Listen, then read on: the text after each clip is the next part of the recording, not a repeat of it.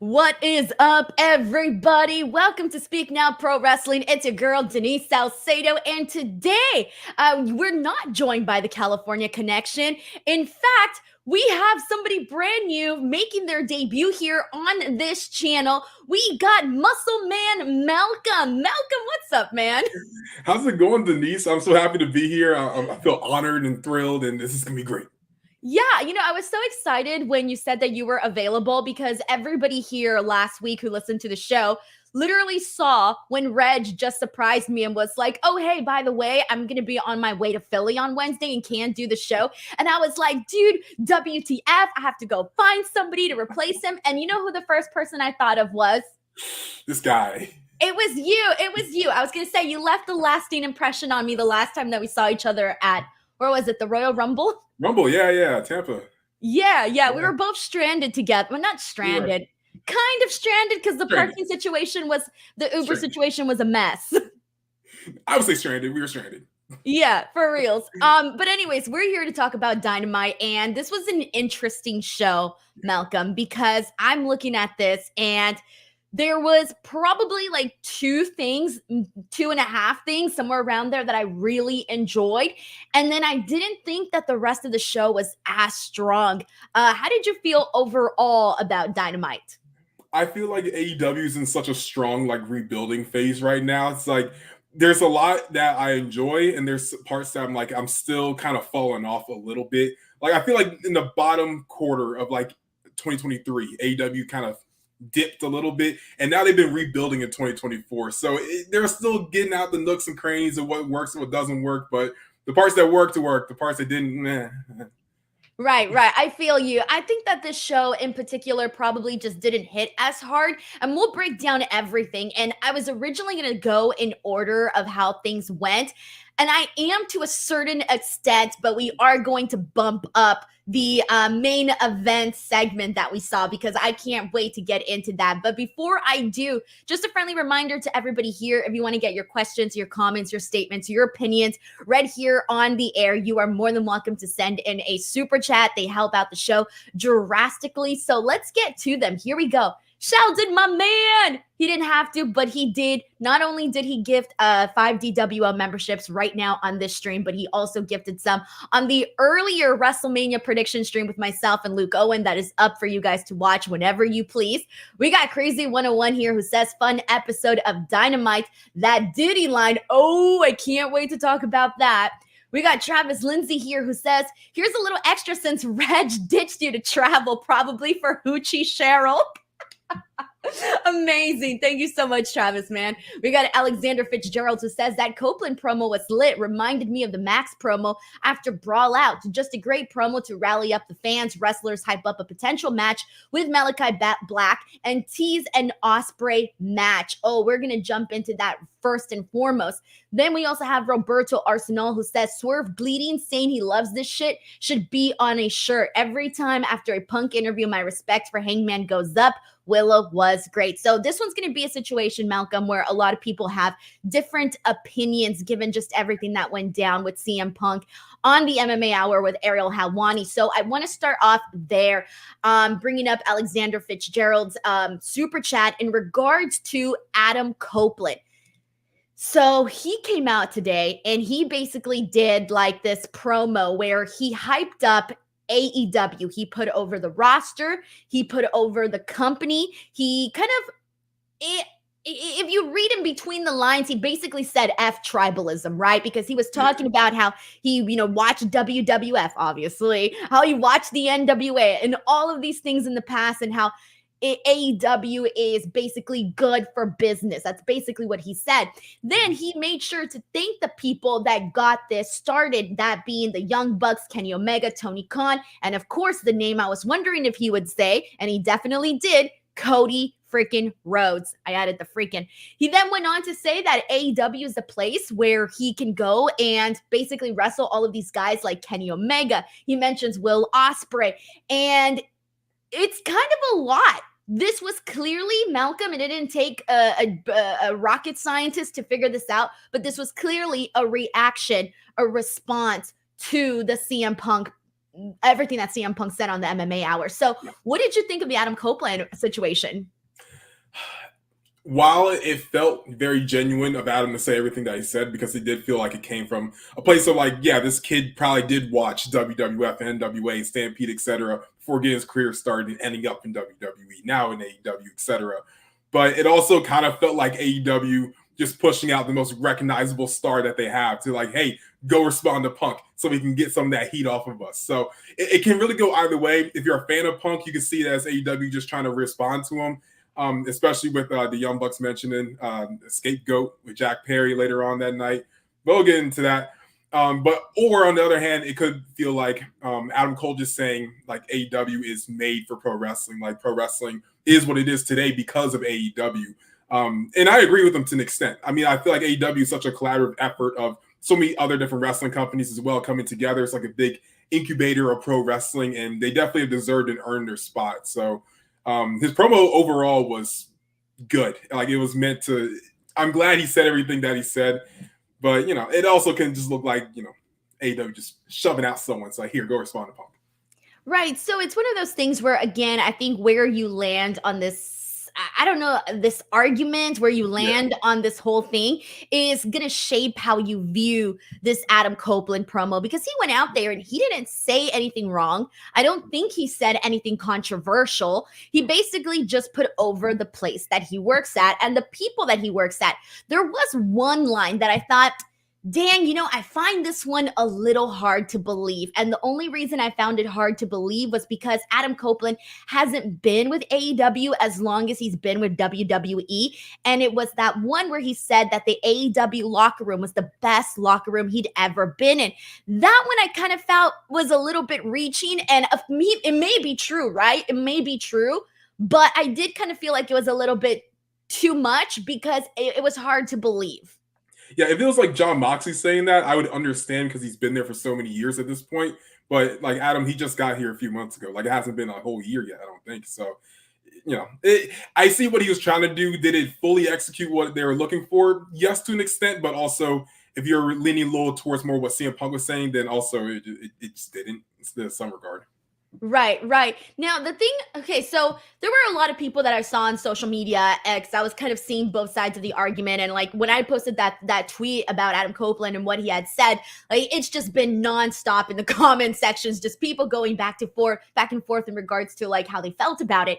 And one of the things that I have been seeing people say is that and again, this shapes the view of maybe where these people are coming from, but it's more of like, oh, AEW shouldn't have said anything. They shouldn't have had Adam Copeland come out and try to make WWE seem like the big bad guy and all of this stuff, right?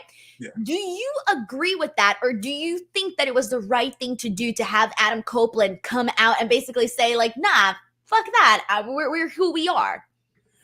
I feel like, I'm gonna be real. I'm a big CM Punk guy. So like when I watched the interview with CM Punk, I'm like, well, there's a lot of stuff you can interpret and what's true, what's not true. Like, you know, I'm not that man. I'm not in this position. I feel like it's just AEW need to put out the biggest star possible, and Adam Copeland's the most recognizable name because he's the only person that's experienced success on a level of what CM Punk has also experienced. So if anyone can speak for what AEW can mean to them, it would be Adam Copeland, because he has so much history in pro wrestling and so much success. Unlike a lot of guys on the AEW roster, because they're young and they're new, and they will get to that point at some point in their career. But I guess like besides him, it would be like a Jericho or a Moxley. But I feel like Adam might have just been like the most wholesome guy to say everything that he had to say, even if he wasn't the most tenured AEW dude to be saying it. Right. I don't think right now would be the right time to have somebody like Chris Jericho go out there and cut this type of a promo. But see, the way that I see it too is like, okay, so you have CM Punk come out there. And like you said, I'm also a big CM Punk fan, but I think part of it is you also have to look at it right from both sides. There are going to be things you agree with. And with what CM Punk said, there was a lot that he said in that interview that I agreed with. Yeah. And there was other things, I'm choking on my own saliva.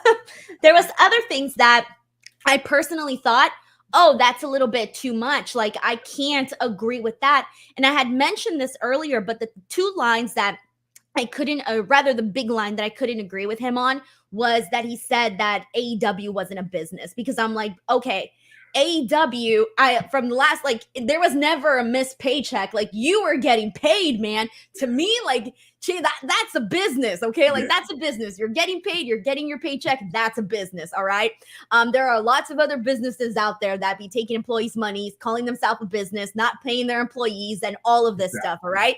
That's a fake business. This is a real business, and I felt bad.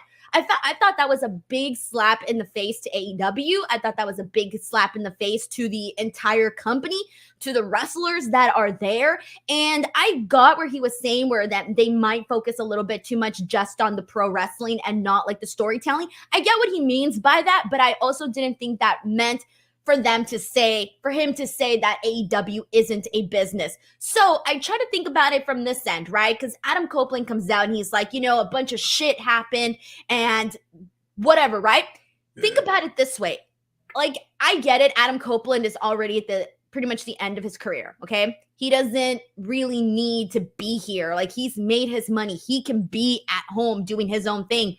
But point is, he kind of risked his reputation and, again, the tail end of his career. This is most likely where he is retiring to go to this company, right? And when you got people going out there and making these big changes and all of these things, you don't want someone to come out and basically shit all over the company that you work on, right? And so I can see exactly why Adam Copeland would come out and cut this type of promo. And that's kind of him coming out and sort of standing up for a lot of people in the back who may have been upset by what CM Punk had to say on the MMA Hour. No, I completely agree with you. Another point in that CM Punk interview I also didn't like, that's not necessarily about the Adam Copeland promo, but he called Tony Khan. He's like, he's not a businessman. He's a nice guy. I'm like, that's such an insult to his like personality and everything, whatnot. Like, I see what you're trying to say, but it's like to say that line and then to call me a nice guy afterwards, like that's such an insult. That's so unneeded. And like, I get it. I mean, he came from an angry place of seeing the way Tony publicly fired him and whatnot. Like, I get it, but it's like such a immature thing to say. Like, especially you've already won. Like, you already got out the contract. You already went back to WWE. You don't need to say that. Like, if you want to talk about Jack Perry, whatnot, that's a real fight that happened. But I feel like that whole line with Tony wasn't unnecessary. That's just a random thing I found in the promo or the interview with Ariel that kind of rubbed me the wrong way. As much as I do love CM Punk and I'm a CM Punk guy, but it was just. It was unneeded. Right. Because it was messed up, man. Like, I feel like, and it sucks too, because I get it, right? When you're a boss, you got to be firm. You can't let no one walk all over you. You cannot be a pushover. Okay. And we've heard stories and things like that, where in some scenarios we have seen Tony Khan fall into that position. But at the same time, I'm like, damn, like, saying you're a nice person is a good quality to have. Being nice is not a bad quality. But then again, there is that thing of being too nice can make you a pushover. So even though I like that one, I felt that there was some truth to that line, but it sucks to hear, of course, because it's like an insult to who you are. Yes. Yeah. And so personally, my hopes for this is, because I try to think about it this way. You have a YouTube channel. I have a YouTube channel. All right. A lot of us, the creators, we have YouTube channels. Everyone's at different journeys of their YouTube career, etc. Imagine if I went out there and I was like, yo, Malcolm's channel isn't even a real channel. Malcolm's channel this, Malcolm's channel that. You would be like, yo, F this girl for saying that. And then, but here's the thing. That should be the thing that lights a fire underneath your butt to basically be like, I'm going to prove everybody wrong. And that's exactly what I hope AEW does. I hope that the positive thing coming out of this is that this sort of angers them, but not in a way where they become bitter or they sink to a certain level, but it angers them enough to be like, you know what, we're going to put the best matches, we're going to come up with the best stories, we're going to try things that are outside the box, and we're going to make AEW, bigger and better, right? I hope that's the thing that lights the fire underneath their butt, I think it definitely will, especially like with Adam's promo, also like setting up like 2 other matches going down the line, like Ospreay coming out afterwards, and it looks like they're leading into something down the line with them. And later on, Penta challenges Adam for the title, I think on Dynamite next week, right? Yeah, Penta and Adam Copeland next week on Dynamite. Yeah, Dynamite. Which is be interesting, actually. It definitely will be interesting. Yeah. Okay, so let's go ahead and get into some of these super chats that we have here. This is from It's BB, who says, did Adam have marching orders from TK? I don't know obviously, I'm not in the back. I don't know how the creation of this came up. Because Adam Copeland is also somebody that's going to, because of who he is, he's going to come in with his own say. He's going to come in with his own opinions. Of course, he doesn't have like that overriding power that Tony Khan has because it's his company. But I'm pretty sure this was sort of like this collaborative thing. Yeah, I mean, I can't imagine why like he would like if there's something that Adam didn't want to say, I'm probably sure he wouldn't want to say it. But I mean, if I was TK, I'd be like, hey man, can you like try like fight back for me, please? Fight back for me, please. Please. Rafael Garcia says, once again, I'm asking TK to keep that Jericho mid-card vortex away from our violent flower child. Also, if your leader is attacked, shouldn't you help? All right, so we'll talk about Chris Jericho in just a moment. That one's going to be interesting. We got Sheldon Jackson here with a very generous super chat. He says, 15 total DWO gifted memberships today. I actually gifted 10 on your first stream today, gifted 5 at 6:30 a.m.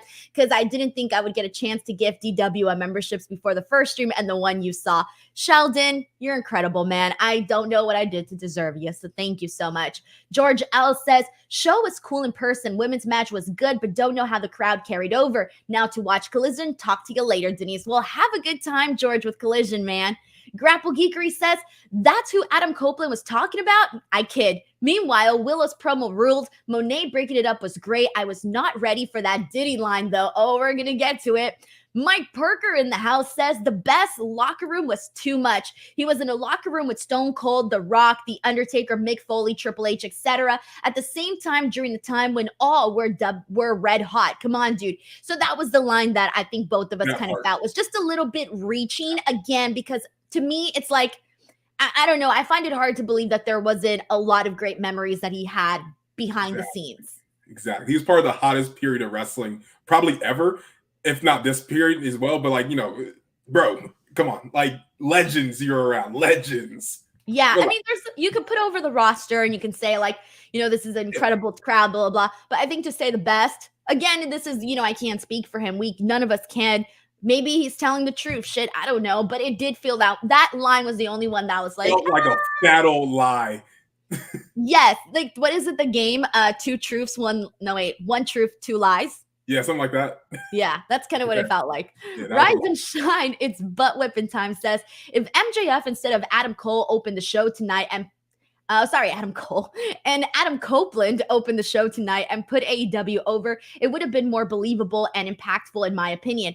Yes, because MJF is a homegrown guy. So yes, and MJF is, in my opinion, he's just a better promo. So yeah, and he tends to make his promos sound a little bit more real.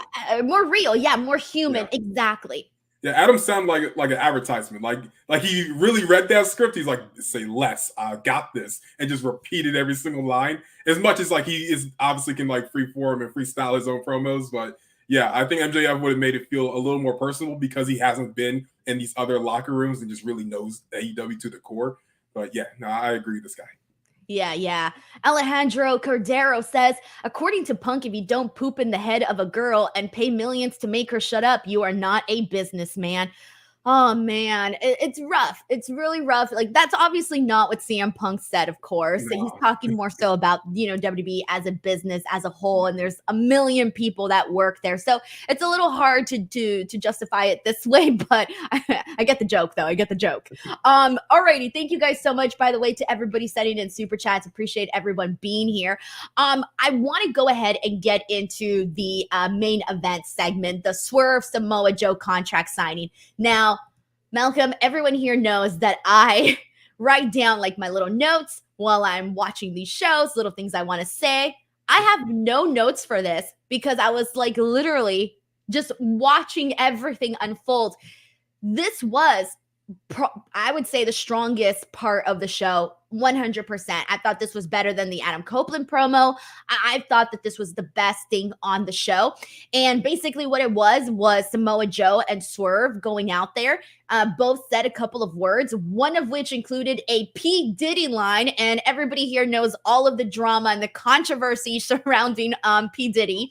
And I don't even remember what he said, but he said something along the lines of, oh, I'm gonna beat you like you've been so late at P. Diddy's house, something like that. I didn't even get to write it down, but everybody was like, oh shit, you know, like I can't believe he went there. And so that was the best line of the night. But this led to them fighting. This led to freaking Samoa Joe getting that chain of Swerve and literally just freaking hitting him over and over on the head like this man wasn't human and bust him open. And then afterwards, you end up getting Swerve, who you think is going to be down and out. He's not down and out. He ends up grabbing a pen and rubbing it on his blood and signs the contract in his blood. I mean, this was menacing to watch.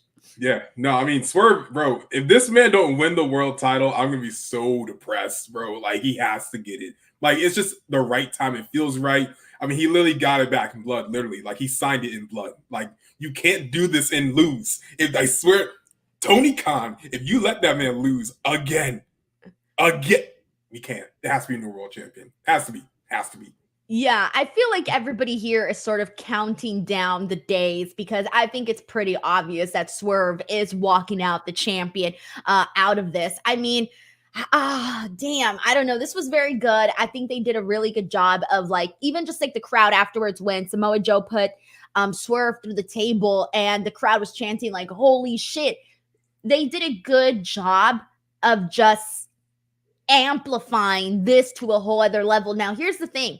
One of the things that I think has really helped Swerve get really over, and that the big thing was that match with Hangman Page, and we all remember the blood spot where he like drinks his blood and it's awful.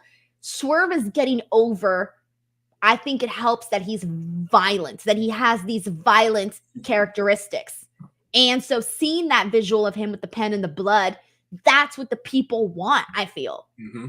They definitely do. Like, it's so weird because like Swerve has never been like a big promo guy. So to see like how great this man is on the mic and how just dangerous this dude looks, like it's crazy. Like I've been watching Swerve since I was 15 years old. He used to wrestle out MCW, Joppa, Maryland.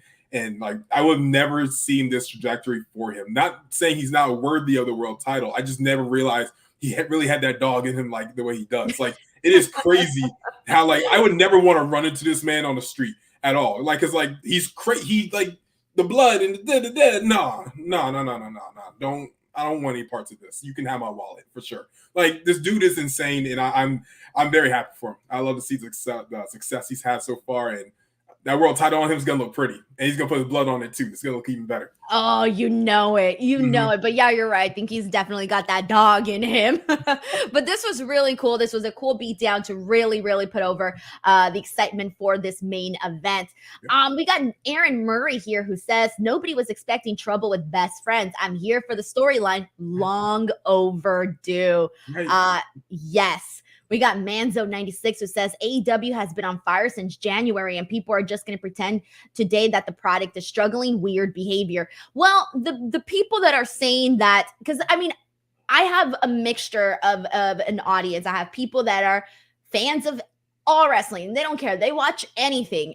I have people that just watch AEW, people that just watch WWE, people that just watch AEW and WWE. So I see these comments come in, and there are a lot of comments that I see that are very out of touch, Malcolm. Like even just today, like 20 minutes ago, I was watching Dynamite, and on my timeline, it popped up. Some guy was like, oh, AEW's dying in 6 months. And I'm like, where are you? Like, I get you're not a fan, but don't sound so ignorant, you know, like don't be that person. But there's a lot of people like that. So I think it depends on where you're hearing this from. If you're hearing that the AEW product is not as hot as it was, but you're hearing it from people that like AEW, maybe take that to some truth, okay? But if you're hearing that from people that just completely hate the product, then that should kind of tell you everything you need to know, right? Yeah, like if it's an avid AEW hater, like why would you take their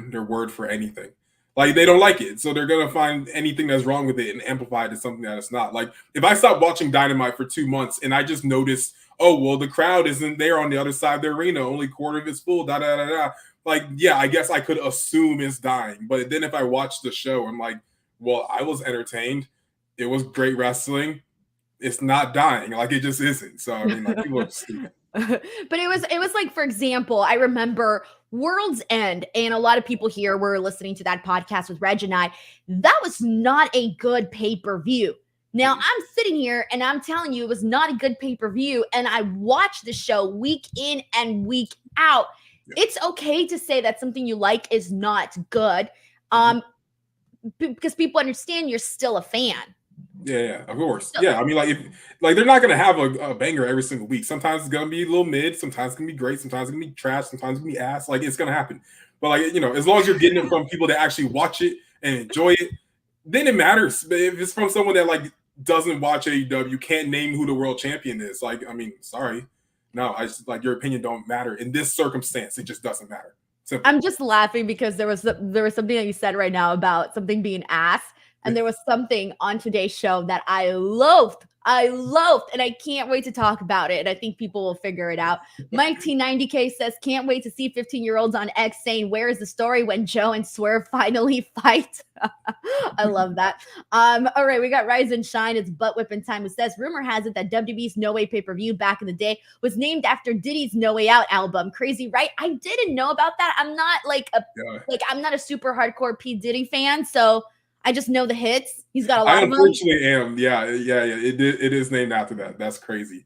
Oh, it is. Here's a picture of Vince and P. Diddy from like WrestleMania 29. And just thinking about those two people in the same photo, it's like, yo, the stories they could tell each other that would land them both in jail is crazy. Like, those dudes are weird. Yeah, damn. We got Sal Cruz that says Punk saying guaranteed contracts ruin wrestling while having your arm in a brace is wild. Also, Joe got the best shock face in the business. Yeah, I made sure to meme that. Yeah, that was another line that I did not agree with CM Punk in regards to the guaranteed contracts line. Didn't agree with that either. Again, there was a lot that I agreed with and a lot that I didn't agree with. Sal Cruz, thank you so much for the super chat. It's very generous of you. All right, so let's get into, I want to get into the segment I didn't like, actually. Let's go there first. Can you guess it, Malcolm? Can you guess it? I don't know. I mean, there's stuff I know I didn't necessarily like, but what was it? Tell me.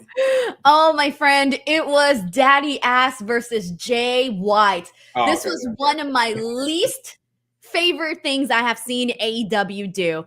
This one, that's why I was laughing when you said it was ass, because that's literally how I felt about it. I was just not a fan of this. This was not for me. I don't know who it was for, but it wasn't me. I was so basically this is what I was thinking about, right?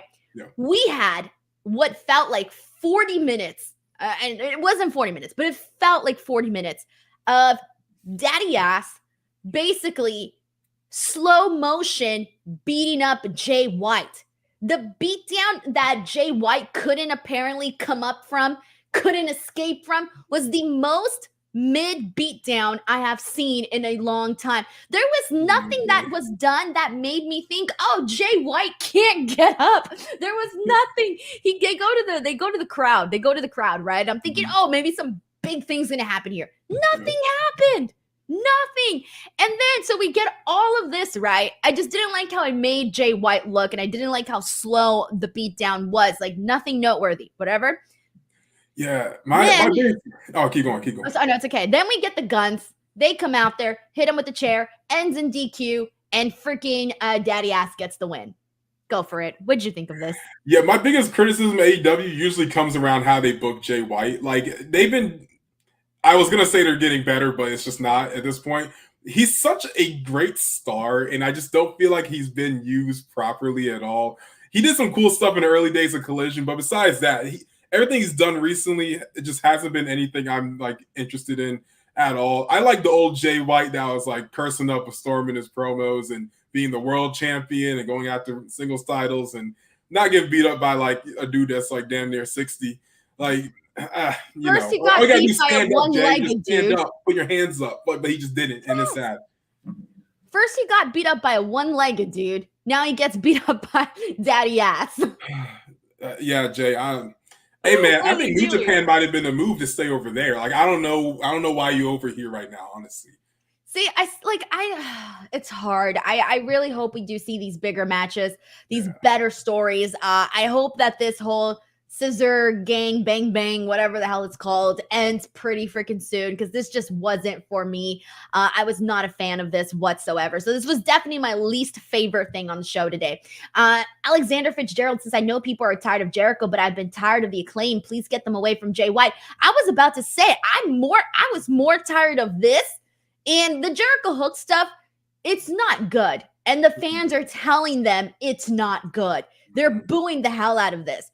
However, because I don't really care as much, I'm like, whatever, like, just let it be. But this stuff with Jay White, I care because I care about Jay White as a performer on the show. And that's why I felt as passionately as I did about it. Like the Jericho hook stuff, I'm like, it's not what I would be doing, but I guess I'm going to take it for what it is. So let's get into that.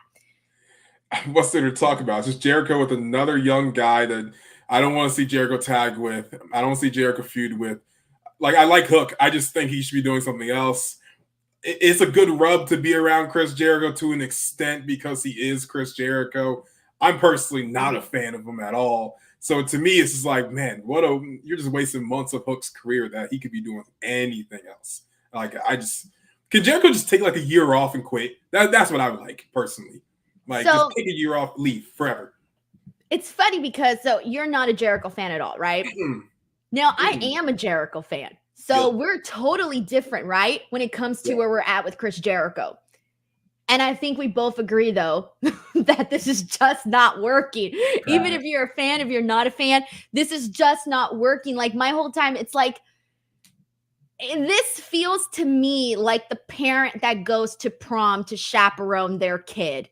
Like, let them freaking go to prom and have some good time. Don't be chaperoning them. That's what it feels like. And Jericho ain't his daddy. Nah. Like, if this was, I'd much rather see Taz come out of retirement and try to tag team with his son. Like, that would be more interesting to me. I just don't. I want to see Jericho take a year off and quit. That's just how I feel about him. Like, he bores me. He says a lot of dumb stuff that he doesn't need to say online. And like, I don't get the hype. I liked him when I was a kid, but I'm grown and he's old. I don't need him anymore, personally. I'm grown. I'm a grown man. I liked him when I was 8. I'm not 80. I'm 24 now. Like, too long ago. I don't want to see him anymore. Just leave, please. God. So, like, that's the thing, though. Like, I know people want to break from Jericho, and right now it feels like that's probably the only thing. I hope that somehow, some way, they find a way to turn things around. I hope they find a way to get some intrigue back into Jericho, because when he's good, he's very good. When he goes out there and wants people to get their attention, he manages to get people's attention. But now it's a situation where he sort of has like go away heat. And that, as we know, is not the same as heat. So the fans are booing this, but we are going to be getting this match between Chris Jericho. We're getting the tag team match with Chris Jericho and Hook teaming up together on Collision. So that's where we're at. It's happening. This Lion Hook thing, they're not letting it go. We have Mike Parker here, who sends in a generous super chat saying, I think certain people expect too much from a company, AEW, that's only been around since 2019. WWE in all its forms has been around since the 60s, a juggernaut since the 80s, and was the only big company for years. My take. Well, yeah, I mean, you can't compare the two companies. I mean, WWE has gone through its ups and downs, and they have learned from their lessons, hopefully, and mistakes and things from everything from production to the way that they do the things that they do with the stories, with the wrestlers and all of that, and the way that they promote and sell tickets. I mean, you got so many years of experience, so many years of building up a very, very hardcore, loyal fan base. And that's wonderful.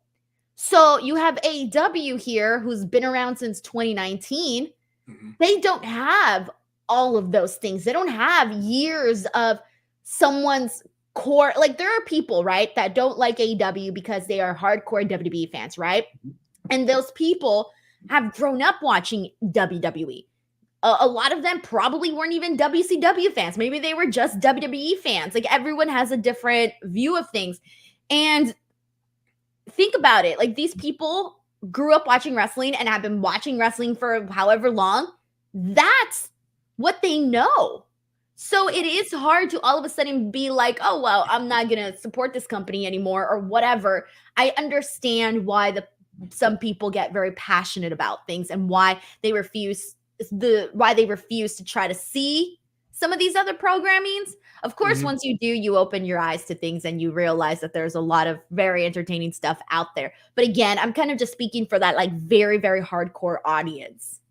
Yeah, it's just like a niche audience like AEW. And again, like you just said, I mean, like, and as Mike said as well, WWE's been around so long, dog. Like, you're never gonna be able to compete on like a historical level. Every big star that you bring in is gonna have some WWE value to them because they were over there at some point. Like, it's just is what it is. It's like football right now. The UFL is a big league right now. It's a spring football league. The Rock owns it. People really like it, but there's people that just hate it because they just love NFL and refuse to try anything else besides the NFL. Like, it's okay to like this stuff, but to blindly hate it is just wild because you're not even trying to give it a chance. Like, it's one thing they did something wrong, but they didn't do anything wrong yet. It's Keys Boost says, so AEW's plan for Saturday's show to be during or after the main event of WrestleMania. Good idea or no? So Collision is airing, I believe it's 11:30 Eastern time? Yeah. I feel bad. I don't think that show's going to do very well. Nope, not one bit. I mean, like, it's WrestleMania. I'm going to be at WrestleMania, so I'm not watching Collision. It is what it is. It's one of those things that's unfortunate with putting that show on a Saturday. I would love to see them moved it, but, it's a lot more than just, we're WrestleMania Saturday, so there's networking and a lot of business stuff that, it is what it is. This is going to do bad. It's just 1 week. They'll be okay. Yeah, it's just 1 week. But they are putting, what was it that they announced? Commander and I think Penta, right? Or was it Ray Phoenix? Who did they announce for that match? They announced a match for that on, I didn't write it down, but I'm sure someone here will let me know in the chat. But yeah, they announced something for that. Yeah. All right. In the meantime, I want to get into some stuff that I really enjoyed. Thank you guys. It was Penta. Thank you to everybody here. I was pretty sure it was Penta. I'm like, it wasn't Ray because Ray's still out. All right. So let's go ahead and get into, let's get into the Willow Mercedes topic here because this was something very quick and simple, but we got a Willow promo on Dynamite. And you can tell she was very, very excited. And I thought at first I was like, at first I wasn't feeling the promo. I wasn't feeling it at first. I really got into it the moment where she started talking about how a girl like her, this curly haired girl, she calls herself a freak, how she can make it. And this very inspiring thing. That was the part that got me. That was the part that felt like Willow. That was the part that made me go, I want to clap for this girl because you can't root against someone who is out here calling out all of these things that they consider flaws and basically saying like, I still made it in a business that is very, very about cosmetics and whatnot. And so anyway, she killed it with that. I thought the way she ended the promo was really great. She's confronted by Mercedes Moné. She comes out there looking very colorful with some very colorful hair. And she basically says, whoever walks out as champion, whether it's Julia Hart or Willow Nightingale at Dynasty, I'm going to face this person at Double or Nothing. And it's happening. And I feel that it was very obvious that this was the direction that they were going in. And I'm pretty sure positively that it's going to be Mercedes versus Willow at Double or Nothing. Mm-hmm. However, I don't know. There were some complaints that I saw about people not liking the fact that Mercedes is going straight into a match versus like just going up and climbing up the rankings and things like that because, the rankings are back. So that was one of the criticisms. How did you feel about this? Yeah, I mean, as far as the rankings part, like, because there is rankings, yes, that makes sense to criticize it. To me, I just think the rankings are pointless at this point in time in AEW. Like, I feel like that can just go away quietly.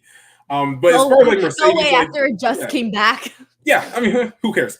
But with Mercedes, like, she's such a big star, and it's not like she's challenging for like the women's world title. Like when Deonna came in, she basically went straight for the world title. With I think she might have had a win or two, but still, like, you don't just go straight for the world title. That's nothing against Deonna because she's great.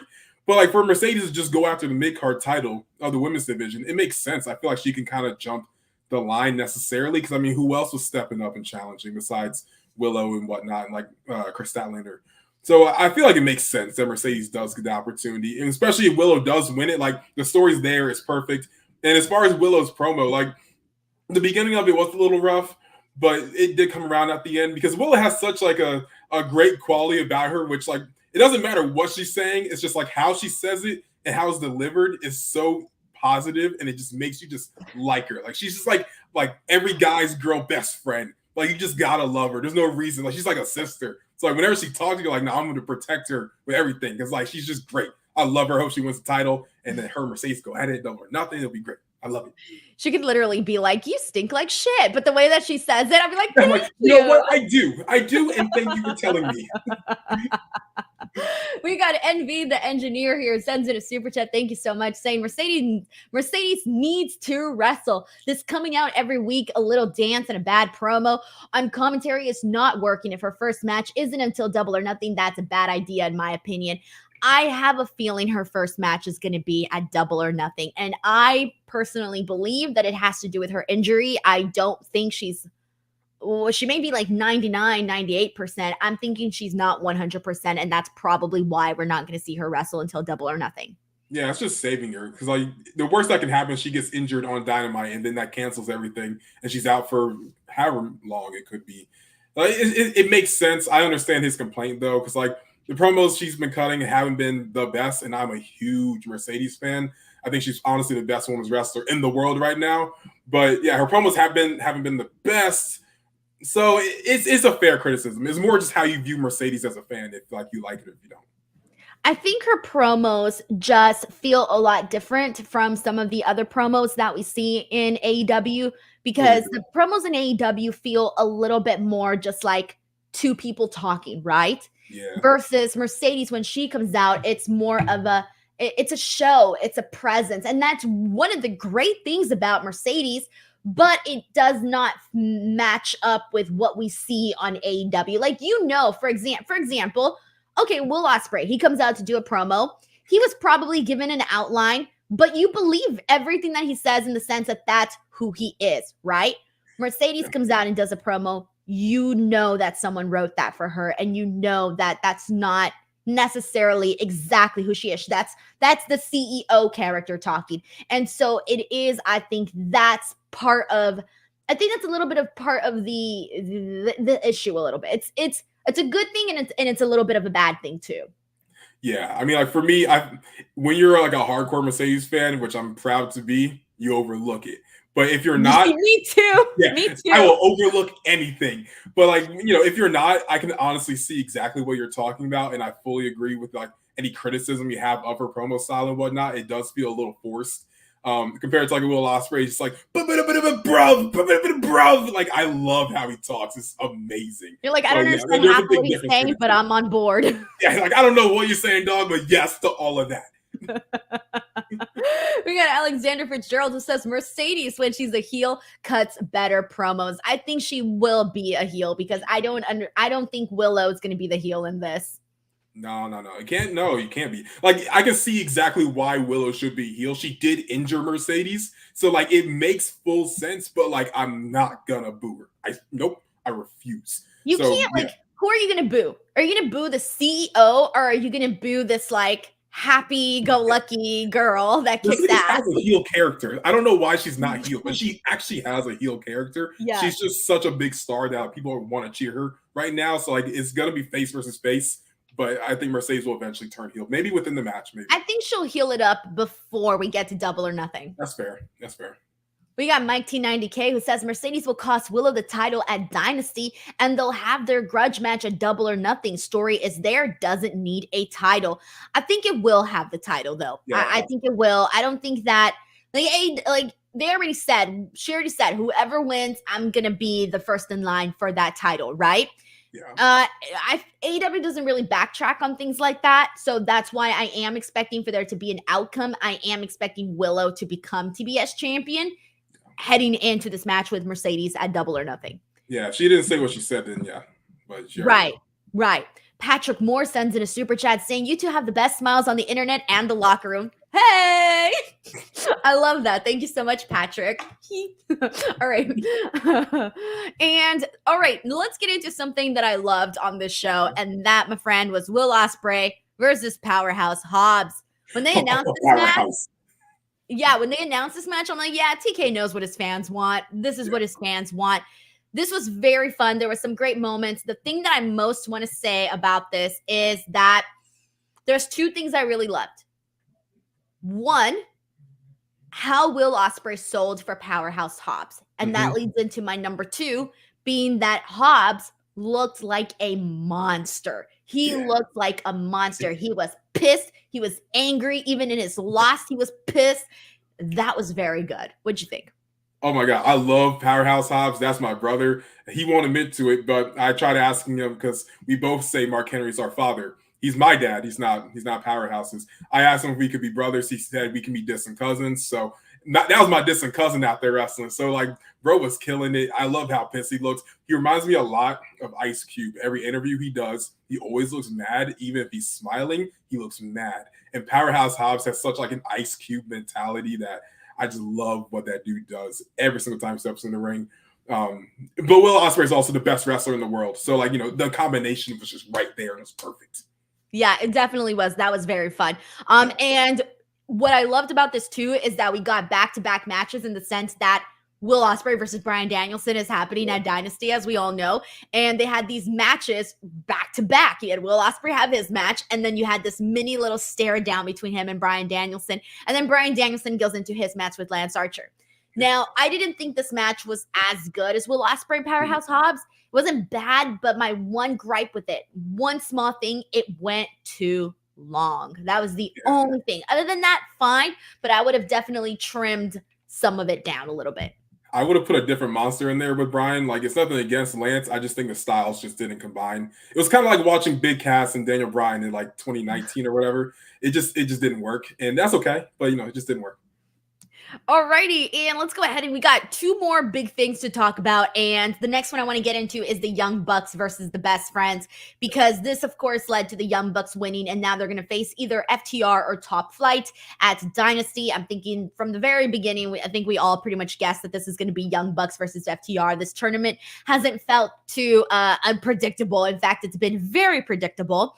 But what was, I guess, not as predictable, maybe? Or maybe it was, I don't know. Trent turning on Orange Cassidy. The Best Friends, no more. What'd you think of this? I thought it was cool. I mean, I feel like it's definitely a step down respectfully for Orange Cassidy, just because like he came off of like two great title reigns. So, I wasn't a giant fan of it, but also like it was time.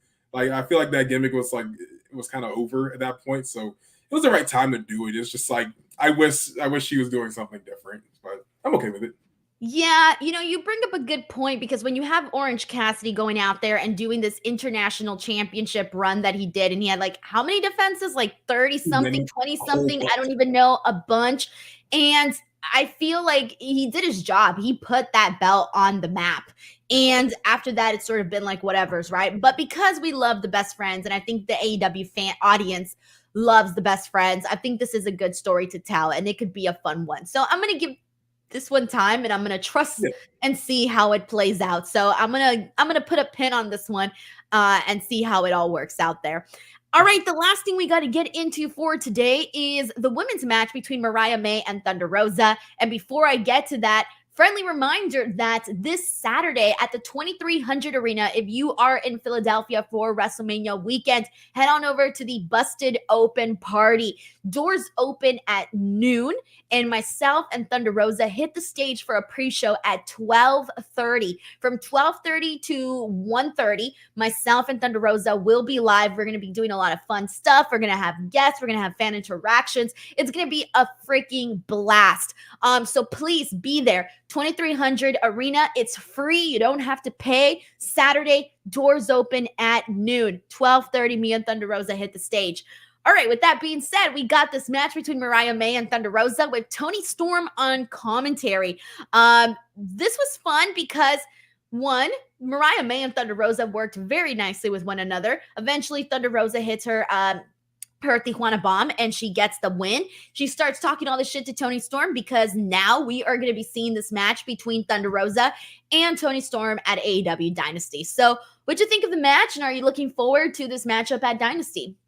You know, if I'm being honest, if I just recently went back and watched a lot of like AEW All Access, so I'm actually really more invested into this than I thought I would be. If I hadn't just watched all of that, I'd probably be a little less invested. But I understand the story that they're going to tell, and I would love to see Thunder Rosa get the title back eventually. I don't know if this is exactly the right time for her to win it, but I feel like it's definitely the step in the right direction for her to get some championship gold down the line. I'm excited to see you guys on the stage as well. You said it was free, right? It's free. Price. Come through, man. If you're there, it's free. It's a good price. I like that price. But yeah, I'm excited to see it. Your dad's going to be there. Your dad, Mark Henry, is going to be there. But yeah, no, I think it's a great step in the right direction. Mariah is a great talent, so it's good to see that she's with Toni because she gets to interact with like these bigger AEW women stars. So it worked. It was perfect. Yeah, it definitely did. There was something I wanted to add to this. Now I completely forgot, but whatever. I'm excited. I'm looking forward to this match. I'm liking the way that they are telling the story with Mariah and Toni, and this is I finally feel like Thunder Rosa is getting back into the spotlight. It kind of felt like they had shifted her on the side a little bit, and now it feels like she's back in there. She's back in the groove of things, and I think that's something that I personally am happy for Thunder Rosa on that. And she had some good shit that she was talking to freaking Toni. She called her a babosa. I thought that was pretty funny, and then she threw some good lines in there. We got MD89 who sends in a super chat saying, Denise, you dug goat BTW. It's MDB999. Thank you so much, man. I've been saying 89, huh? Yeah. MD8999. There you go. I'm gonna practice that. I got it. All right. Next week, the only match that's been announced so far is Adam Copeland versus Penta. Next week, Reg will be back. So you guys will be seeing the California connection then. But there's still a lot happening on this channel. As you guys know, it's WrestleMania weekend. Tomorrow, I fly out to Philadelphia for WrestleMania, and I'm going to be posting a bunch of stuff on here on the channel. So make sure you guys check it out. If you want to check out WrestleMania predictions, myself and Luke Owen of Wrestle Talk did a prediction stream today in the morning that is up here on the channel, on the podcast feed for you guys to check out at any point. And yeah, before we go, Malcolm, where can the people find you? Let them know. Of course, thank you so much for this opportunity.